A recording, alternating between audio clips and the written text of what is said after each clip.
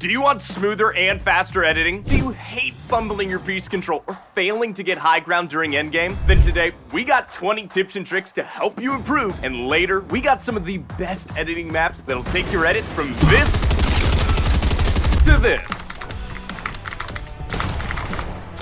So let's get right down to it with our first tip. Number 1, if you're intimidated by editing and wonder how the pros can do it so quickly, here's a tip to strengthen your mentality as you head in to learn advanced tips. All it takes to edit is hitting your edit bind, doing the motions, and confirming. See? Only 3 steps. Some edits are more useful than others, so if you want to narrow down the scope of things, focus on learning the motions for edits such as window edits, upper right-hand edits, floor hole edits, and more. We'll go into some details later.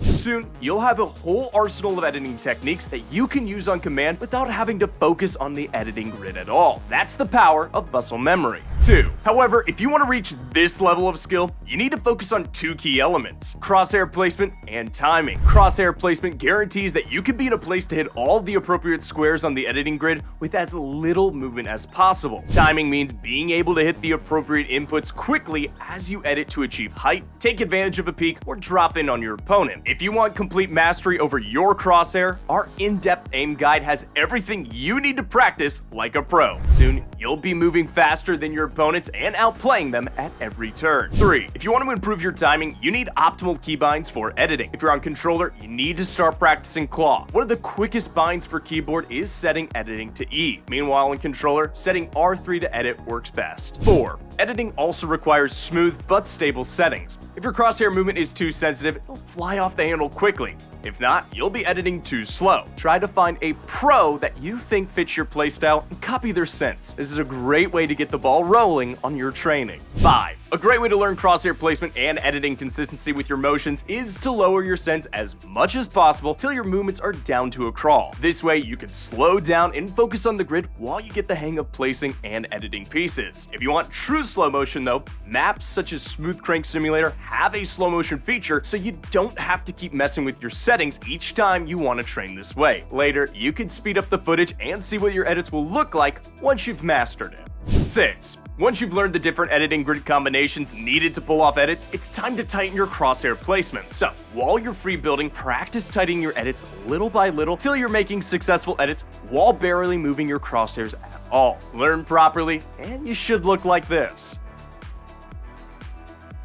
7. If you want to master your crosshair placement and learn the quickest motions to complete an edit, try this Aim Plus Mechanics map. You'll be performing a variety of edits as you move from piece to piece, but the best part is that it shows you where your crosshair should be for the most optimized edit. Think of this map as training wheels for your brain. 8. However, tightening your crosshairs is just one way to trimming your edit time. If you know the edit you want, then make sure your crosshair is always aligned with the first square you need to hit before you place your build. This way, when you open up your editing grid, you're immediately in place to hit the first square in the chain. This simple trick helps you speed things up without having to readjust your crosshairs at the start of each edit. 9. If you're doing multiple edits one after another, make a habit of ending your edits where the next edit will begin. This way, you can quickly start working on the next one without having to slow down. This can be great for claiming the high ground during the endgame or keeping up with the storm while you're stuck on the low ground. 10. Now, if you're making edits with the intention of taking a shot at your opponent, try this. Before confirming, practice finishing your edits in a way that leaves your crosshairs as close to your opponent as possible. This means once the edit is complete, you can instantly be ready to take the shot and deal some damage. Later, we'll show you some maps that you can use to teach yourself to optimally do this without getting hit yourself.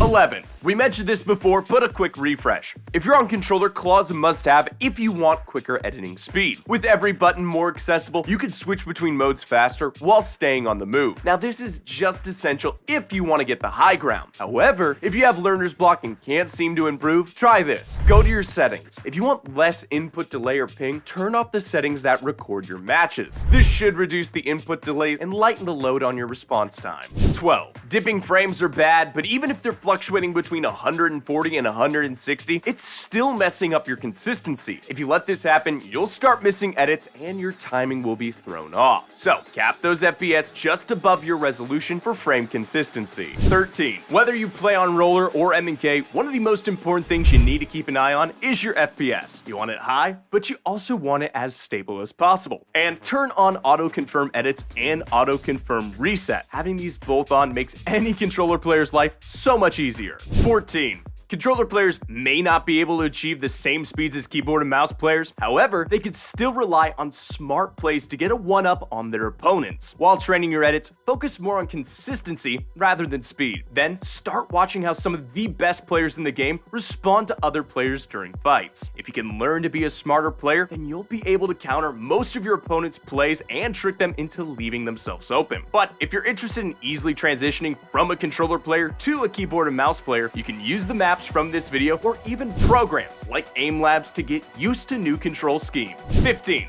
Don't forget to reset your edits. While learning to open up edits, many players forget that closing your edit is still a valid strategy. Resetting your edit can trick enemies into wasting their pre-fire shot, but it can also prevent your opponent from getting an angle on you after you're done taking your own shot. 16. A great way to practice your edits is by doing double and then triple edits. Grinding these specific edits will train you to perform multiple edits one after another. Raiders Practice Edit Map is one of the best ways to challenge yourself and develop muscle memory. You can even use this map if you want to try out new settings. 17. Upwards edits and downwards have their fair share of differences. You'll need upwards editing skills to gain high ground during the endgame, and you'll need downwards editing to finish off opponents you manage to trap below you. Being able to properly downwards edit can make the difference between seeing the opportunity for a refresh and actually obtaining it. 18. Some of the best edits, such as the Peanut Butter Peak or the Mongrel Classic, require you to be comfortable moving while editing. However, some edits even require you to keep gravity in mind, such as low ground edits that let you take jabs at players a bit further above you and then use gravity to get back behind cover. Before we move on to our next tips, don't forget to check out our in-depth aim guide by following the link here. 19. A smooth edit isn't just fast, it's also protected. Otherwise, it's just the bare minimum. Luckily, Raiders Mechanics map has a scenario that'll keep track of your edits, and if it's not